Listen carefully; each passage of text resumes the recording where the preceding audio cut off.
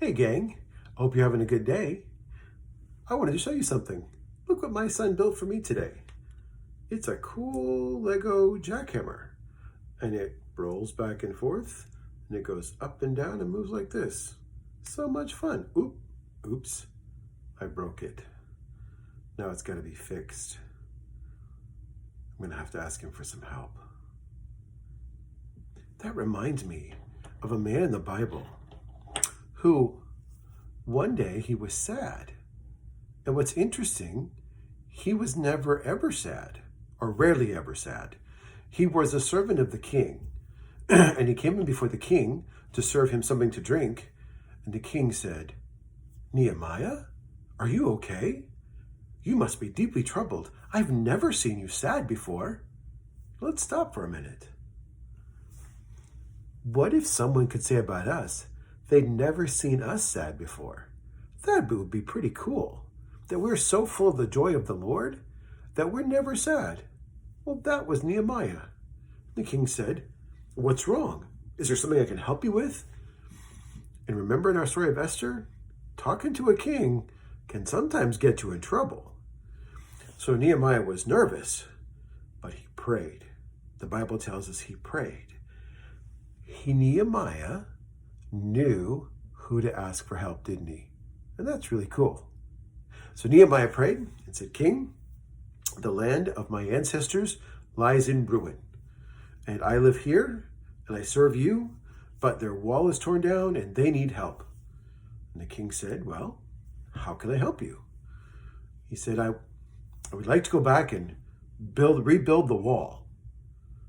Well, the queen said, "Well, how long will we be gone and what will you need?"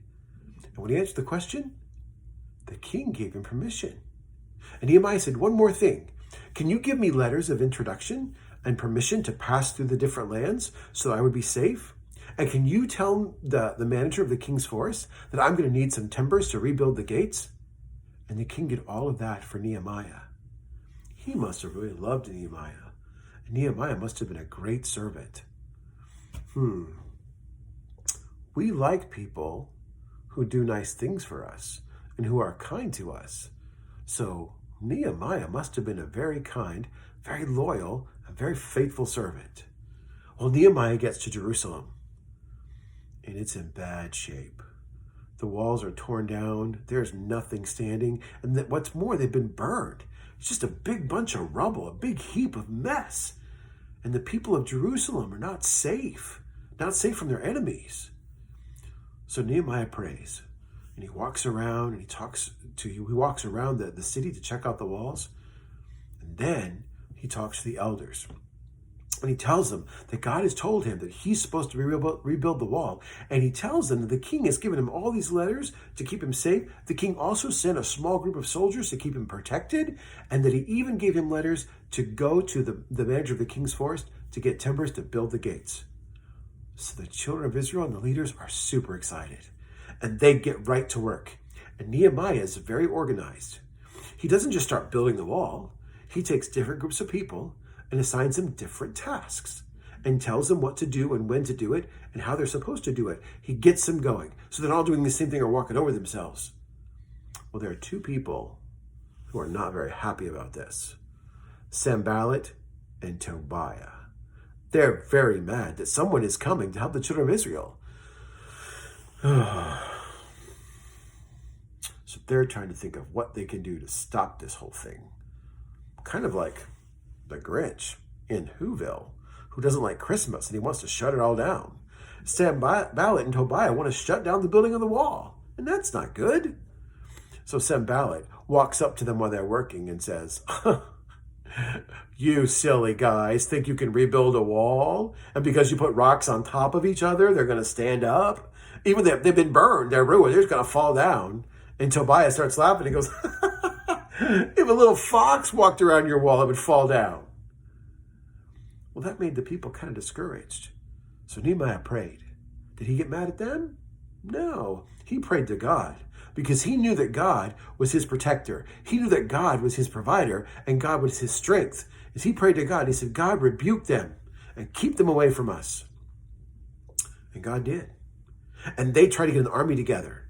and to come after them. And the children of Israel were nervous and scared. But God spoke to Nehemiah, and they were ready. And so when Sanballat and Tobiah realized that they had frustrated their plans because God had revealed them, they threw in the towel because they knew they'd been beat. But Nehemiah was wise. He didn't just give up and go, oh, it's all good. Because when we study God's word, we hide his word in our heart so we know who God is and we act like him, and we are called to serve. So Nehemiah gathered people together and he said, okay, half of you are going to build the wall and half of you are going to stand guard. And we're going to stay on top of this. And then he called the nobles together and he said, don't you worry. Don't you worry at all about your wives, your children, or your lands, because God's going to protect us. Not me, not these men, but God will.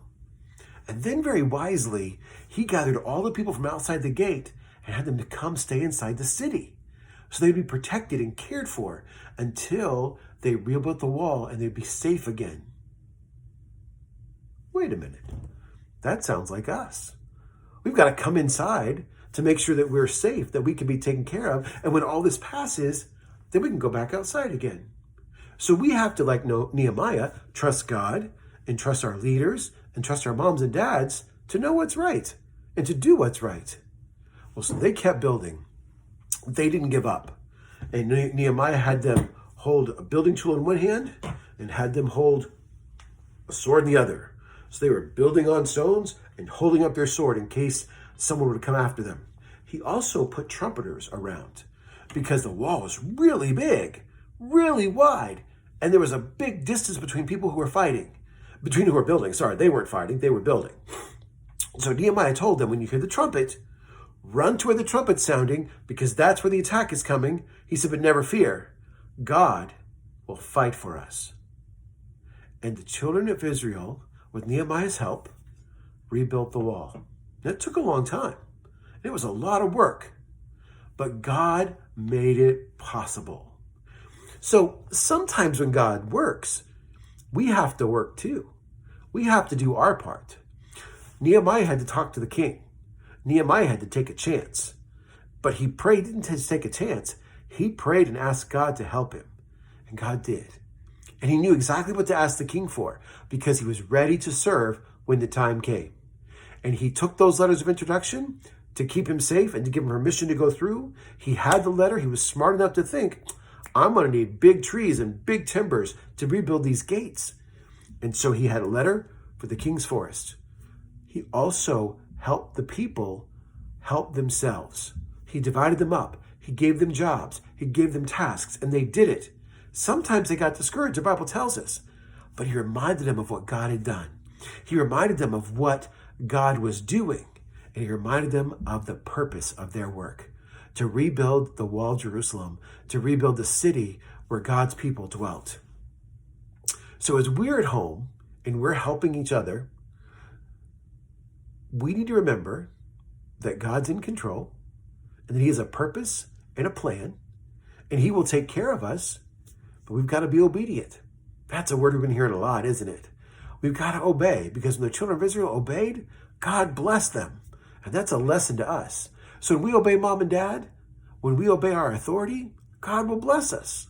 And when we work hard at what we're doing, God will bless us. And so my prayer for you is, that's right, that God will bless you in this time. And that you'll know that he's near you, that he'll take care of you. So as Nehemiah is building the wall, you build something for God. Ask God, what can I do for you today? What can I do to help someone in my house?